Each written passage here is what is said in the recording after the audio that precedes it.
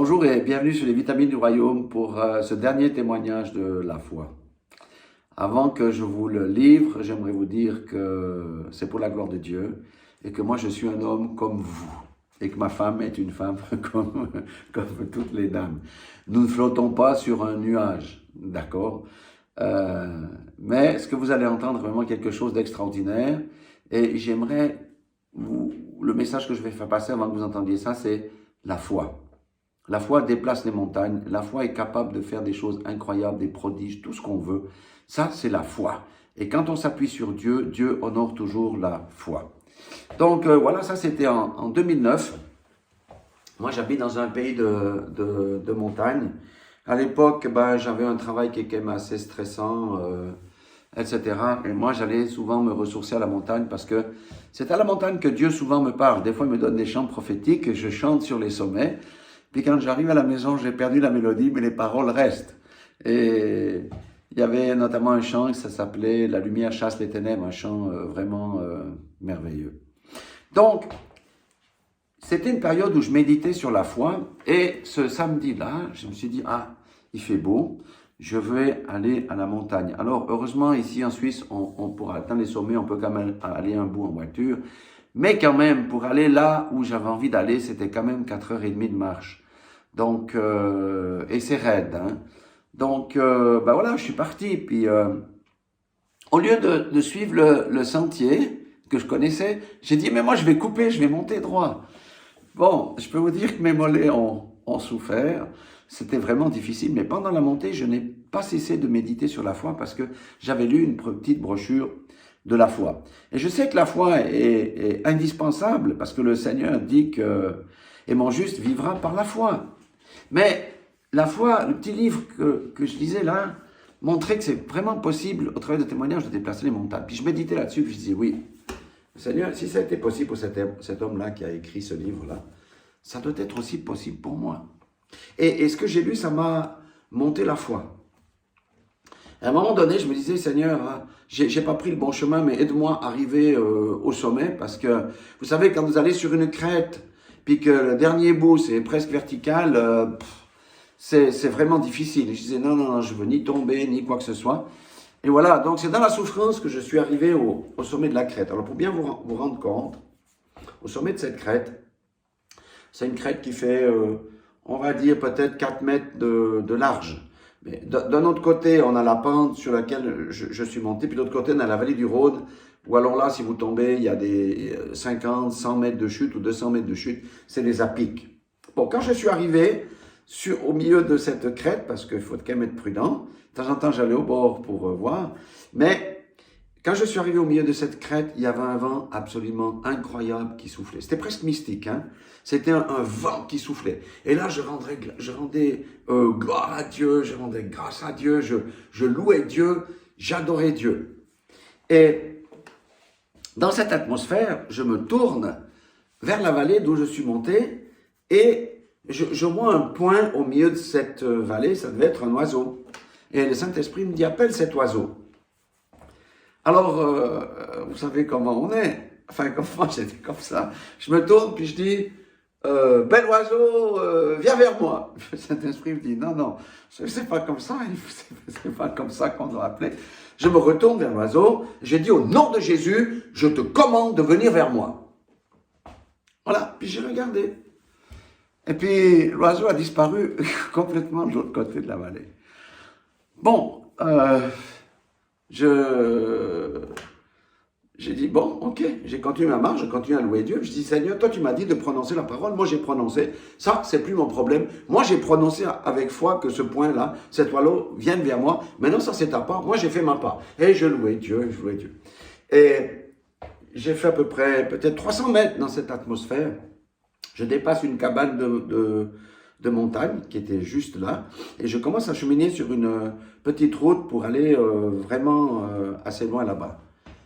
Et à peine avais-je dépassé la cabane que l'oiseau est venu vers moi. Mais l'oiseau, quand je parle d'oiseau, j'ai toujours dit un aigle dans mes témoignages pour que les gens comprennent, parce que si je parle du gypaète barbu, la plupart des gens ne vont pas savoir ce que c'est. Alors, le gypaète barbu, c'est un oiseau d'abord qui est plus grand que l'aigle, qui a été réintroduit dans nos régions, mais il n'y en a pas beaucoup de couples. L'envergure de ses ailes, c'est à peu près 3 mètres, hein, ça peut aller jusqu'à 3 mètres. Le corps entre 1,10 et 1,50 m. À titre de comparaison, l'aigle, l'envergure, ça peut aller jusqu'à 2,40 m, 2,50 m. Donc, à l'époque, c'était en 2009. Je crois que j'avais déjà un iPhone ou quelque chose. Je n'ai même pas eu la présence d'esprit de prendre la photo. J'étais là et à moins de 4 mètres, l'oiseau rasait. Il y avait un petit monticule, il rasait le monticule, il tournait autour de moi, il passait sur la vallée, il rasait le monticule. Je voyais ses plumes, je voyais ses yeux, je voyais son bec, je voyais ses griffes, c'était majestueux. Et il est resté au moins 10 minutes avec moi. Et je regardais, il allait là-bas, il tournait, il revenait. Ah, je glorifiais Dieu, je dis, oh Dieu, tu es un Dieu fabuleux, Dieu, tu es un Dieu fantastique. J'ai même pas eu la présence d'esprit de saisir mon appareil. C'était fantastique. Ensuite, il s'est élevé dans les airs. J'ai continué sur ma route et il est resté au moins encore une dizaine de minutes avec moi et ensuite il a disparu. Alors, pourquoi je vous parle de ça? C'est pas parce que je suis un homme extraordinaire. Non. C'est pour vous montrer que la foi, Dieu nous teste par rapport à la foi. Et je suis sûr qu'il va accomplir quelque chose avec moi par rapport à ça. Parce que là, il a testé ma foi. Il a testé ma foi. Comme j'expliquais dans le mariage, il a aussi testé la foi de ma femme et de moi-même. Ici, il m'a testé la foi. Voilà si je suis capable de faire ce que le Saint-Esprit me dit. C'est pour ça que je dis à quelqu'un, si le Saint-Esprit te dit de prononcer quelque chose ou de faire quelque chose qui te semble complètement bizarre, fais-le. Amen. Je me rappelle, j'ai prononcé avec force et vigueur au nom de Jésus-Christ, je te commande de voler vers moi. Et le truc a disparu. Et après, j'ai dit au Seigneur, Seigneur, non, ça, moi, j'ai fait ma part, c'est à toi. Et ensuite, l'oiseau est venu. C'était juste majestueux. C'est comme si je suis en Afrique, puis j'ordonne, je sais pas, un lion qui est au loin de venir vers moi, il vient vers moi, il reste avec moi, il tourne, et il s'en va. Je veux dire, c'est la puissance de la foi, c'est la puissance de la parole qui sort. Dieu est un Dieu de création. Il nous a donné la parole créatrice. C'est pour ça qu'on peut chasser les démons. C'est pour ça que on prie pour les malades. C'est pour ça qu'on fait toutes ces choses avec la parole. Et celui qui a compris comment on prie, il prie avec la parole de Dieu, sur les versets bibliques. Et la chose se réalise. Alléluia. Et quand Dieu montre à quelqu'un quelque chose, il faut qu'il fasse la chose que Dieu lui a montrée. C'est un test de la foi. Certains ne comprennent pas ça, ou ils estiment que c'est c'est pas possible. Parce que quand on regarde avec les yeux, est-ce que vous pensez que quand, au départ, j'aurais pensé que je vais monter au sommet de la montagne, le premier oiseau rapace que je vais voir, si j'en vois un, je vais l'appeler, il va venir vers moi. Non, c'est pas possible. C'est Dieu qui fait ces choses-là. Et je vous dis, c'était tellement extraordinaire. Et des fois, vous voyez, dans ma vie, j'ai tellement des témoignages de foi que des fois même je doute. Des fois même je doute. Alors, c'est bien de se rappeler tout ce qu'on a vécu par la foi avec le Seigneur, parce que ça nous permet d'attaquer d'autres montagnes, de relever d'autres défis et de lutter contre le royaume des ténèbres. Parce qu'il y a une parole qu'on doit saisir avec foi, hein. C'est le chant prophétique que le Seigneur m'avait donné à la montagne. La lumière chasse les ténèbres.